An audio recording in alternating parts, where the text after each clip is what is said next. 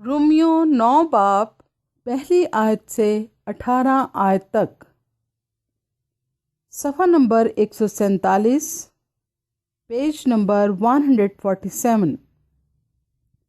خدا اور اس کے لوگ۔ میں مسیح میں سچ کہتا ہوں، جھوٹ نہیں بولتا، اور میرا دل بھی روح القدس میں گواہی دیتا ہے کہ مجھے بڑا غم ہے، اور میرا دل برابر دکھتا رہتا ہے، کیونکہ مجھے یہاں تک منظور ہوتا کہ اپنے بھائیوں کی خاطر جو جسم کی روح سے میرے قرابتی ہیں، میں خود مسیح سے محروم ہو جاتا۔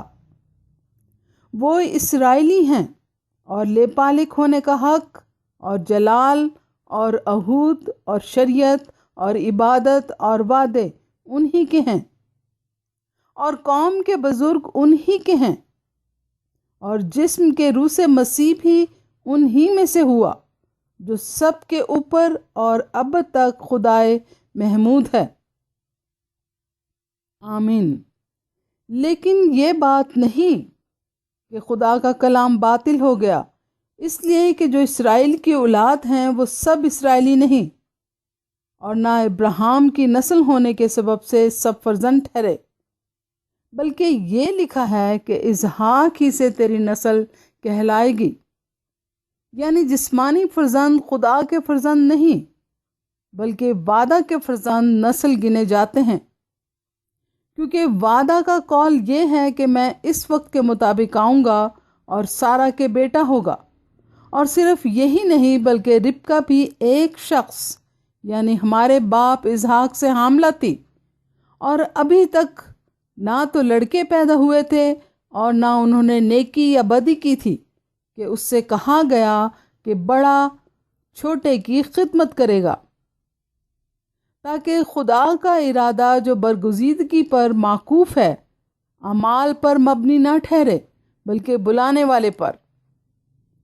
چنانچہ لکھا ہے کہ میں نے یعقوب سے تو محبت کی، مگر عیساؤ سے نفرت۔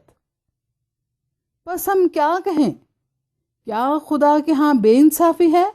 ہرگز نہیں، کیونکہ وہ موسیٰ سے کہتا ہے کہ جس پر رحم کرنا منظور ہے اس پر رحم کروں گا، اور جس پر ترس کھانا منظور ہے اس پر ترس کھاؤں گا۔